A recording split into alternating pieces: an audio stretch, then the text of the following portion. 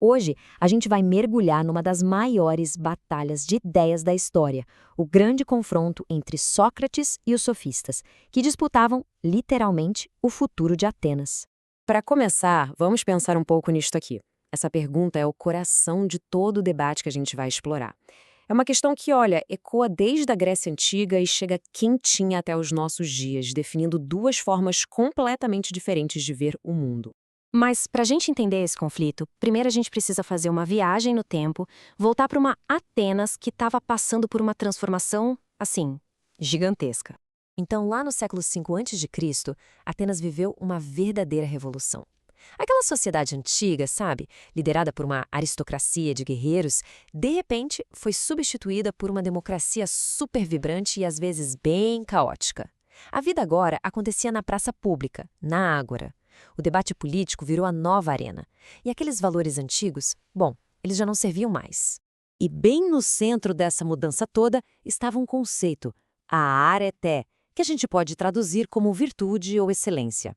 Antes, a areté era a excelência do nobre, do guerreiro. Só que na nova Atenas democrática era preciso uma areté política, a excelência como cidadão, a habilidade de participar e de influenciar a vida da cidade. E como é que se conseguia essa influência toda?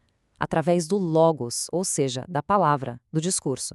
A arte de argumentar, de persuadir, virou a ferramenta de poder mais importante de todas. O debate na Assembleia tomou o lugar do direito de nascença como o caminho para o sucesso. E aí, quem é que aparece para ensinar essa nova e tão importante habilidade? Entram em cena os sofistas. Eles foram os primeiros a responder a essa nova necessidade de educação em Atenas. Os sofistas eram basicamente professores viajantes, verdadeiros mestres da retórica. E, em troca de um bom pagamento, eles ensinavam as técnicas para vencer qualquer debate. Para eles, não existia uma verdade absoluta, sabe? A verdade, as leis, tudo isso era só convenção social, o que eles chamavam de nomos. O que importava mesmo era fazer a própria opinião prevalecer. Essa frase aqui ela resume perfeitamente a base do pensamento sofista. Eles partiam do princípio de que as opiniões são, por natureza, contraditórias. Então, a grande habilidade não era encontrar a verdade, mas sim saber navegar nesse mar de opiniões e convencer a maioria de que a sua era a melhor. Só que tinha uma figura em Atenas que rejeitava isso, mas com todas as forças. O nome dele era Sócrates, e o caminho que ele propunha era radicalmente diferente. Essa frase famosa do Sócrates, só sei que nada sei, é o ponto de partida de toda a filosofia dele.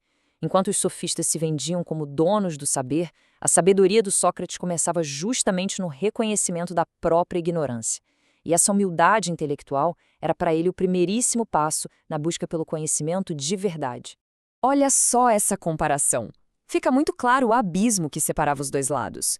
Para os sofistas, o objetivo era o sucesso no mundo. Para os Sócrates, era o conhecimento de si mesmo, o cuidado da alma.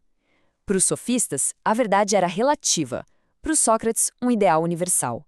Os métodos e até a definição de virtude eram opostos. Não tinha como conciliar. E essa briga não era só no campo das ideias abstratas, não.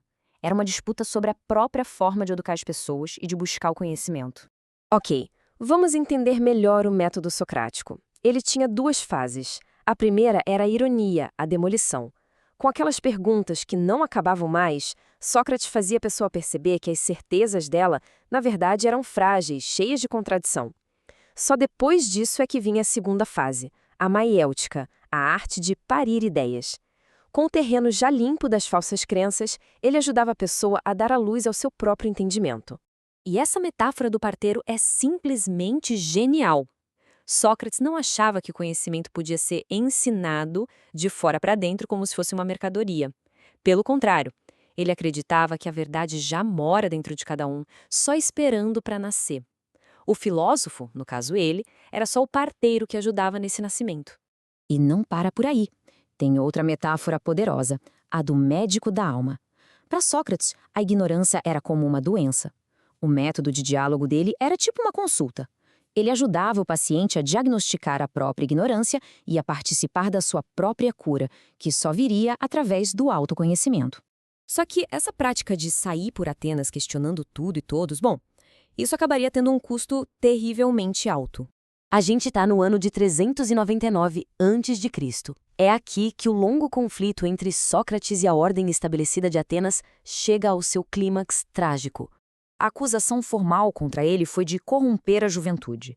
Mas o que isso queria dizer na prática? Significava que o método dele de questionar as certezas, as tradições, os valores, era visto como uma ameaça à estabilidade da cidade. Ensinar os jovens a pensar por conta própria era considerado perigoso.